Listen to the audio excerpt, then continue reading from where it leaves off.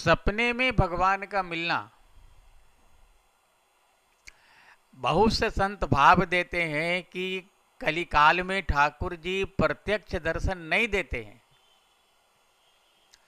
इसलिए सपने में दर्शन को भी प्रत्यक्ष दर्शन ही मानना चाहिए।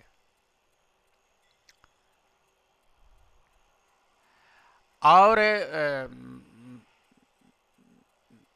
मेरी बुद्धि भी बहुत कुछ ऐसे ही कहती है, क्योंकि भक्ति युग जो मीरा जी और तुलसीदास जी के समय में, कबीरदास जी के समय में, नरसिंह जी के समय में जो भक्ति युग चल रहा था, वो आज भक्ति युग नहीं है। उस भक्ति युग में ठाकुर जी उन सभी भक्तों को दर्शन देते थे, लेकिन उसके बाद अभी 550 वर्ष के रेशियो में, इस अवधि में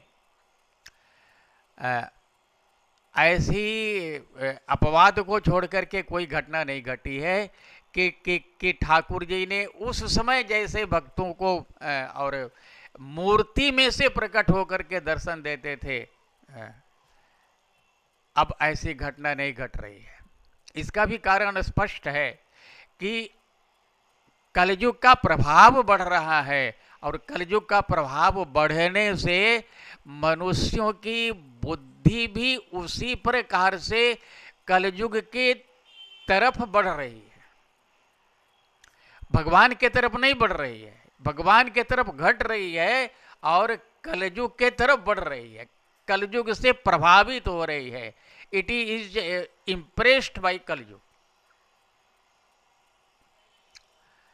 तो यही कारण है कि अब बताइए कि जिस भगवान के लिए शंकर जी और ब्रह्मा जी लालायित रहते हैं, शंकर जी तो ये मरघट में जाकर के और भस्म रमाते हैं, भला उस भगवान को दर्शन कौन नहीं करना चाहता है। लेकिन कलिकाल ने हमारे मन को ऐसे ग्रस लिया है जैसे कोई अजगर किसी ये व्यक्ति को ग्रस लेता है। और रामचरितमानस में तो साफ शब्दों में लिखा हुआ है कि भक्ति कोई एक करोड़ों में, लाखों में कोई एक भक्ति करता है, प्रेम करता है। ये सबके बस की बात नहीं है, सबके समझ से परे की बात है ये।